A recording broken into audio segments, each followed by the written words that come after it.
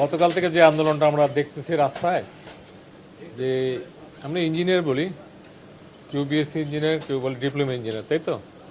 মাঠে তারা কাজ করছেন বিভিন্ন ডিপার্টমেন্টে, এবং এবার দেখেছেন সিভিল সার্ভিসে সবচেয়ে বেশি এন্ট্রি হয়েছে ইঞ্জিনিয়ারিং থেকে, 80%। তার মানে তারা মেধাবী। তো আপনারা যারা জানতে চাচ্ছেন যে এদের এই কে কত পার্সেন্ট কোথায় হবে, কারণ এটা কনসার্ন মিনিস্ট্রিতে চাকরি করে, মূলত ডেভেলপমেন্ট মিনিস্ট্রিতে ইঞ্জিনিয়াররা চাকরি করে। এখন রেগুলেটরি মিনিস্ট্রিতেও তারা কাজ করছে, জনপ্রশাসনেও তারা কাজ করতেছে। এটা কোনো জটিল সমস্যা না। তারা তাদের মিনিস্ট্রি, যেই কনসার্ন মিনিস্ট্রি অথবা অধিদপ্তরের মাধ্যমে, মিনিস্ট্রির মাধ্যমে এগুলো যদি আমাদের এখানে পাঠিয়ে দেয়, আমরা এখানে একটা সচিব কমিটি আছে, এর আগে জনপ্রশাসনের আমাদের ওএনএম আছে, যেখানে এগুলো অ্যানালিসিস করা হয়। এগুলো পজিটিভলি আমরা নেব, কারণ এরা আমাদের এই সন্তানের মতো মানুষ, তার চেয়েও বয়স অনেকের কম।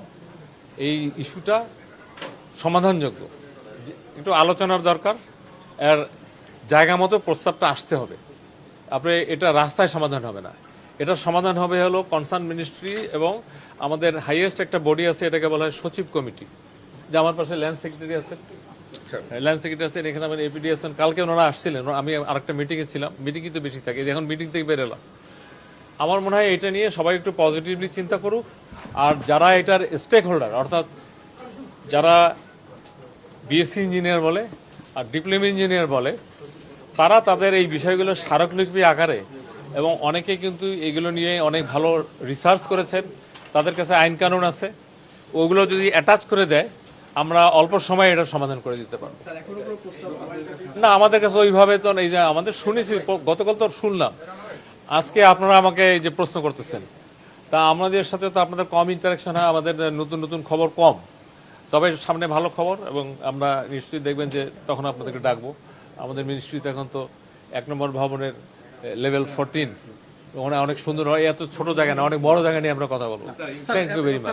আমরা একটু স্পেসিফিক, আপনি এমনি কি মনে করছেন ওরা যে গ্রেড নিয়ে যে দাবিটা ওদের, অর্থাৎ কোনোভাবেই ডিপ্লোমা প্রকৌশলীদের 9ম গ্রেড দেওয়া যাবে না, আর 10ম গ্রেডটা ওদেরকে আচ্ছা, এগুলো শোনেন, এটা আমি, আপনি প্রশ্নটা করেছেন, আমি উত্তরটা দেই। এটার সাথে পিএসসি জড়িত, 1 নম্বর, জনপ্রশাসন জড়িত, ক্যাবিনেট জড়িত, লেজিসলেটিভ জড়িত, আর যেই সমস্ত ইঞ্জিনিয়ার সাহেবরা যেই মিনিস্ট্রিতে চাকরি করতেছেন, তারা অধিদপ্তরে করে, কিন্তু আলটিমেটলি একটা মিনিস্ট্রি, ওই সবগুলো মিনিস্ট্রি জড়িত। অতএব এদের সকলের সাথে বসে আমরা এটাকে বলি ইন্টার মিনিস্ট্রিয়াল মিটিং, আর এটার একটা অফিসিয়াল নাম আছে সচিব কমিটি। এখানে এটা তুললে এটা সমাধান হবে, 1টা 2টা মিটিং লাগবে, এটা ইট ইজ পসিবল, এটা এমন কোনো জরুরি বিষয় না।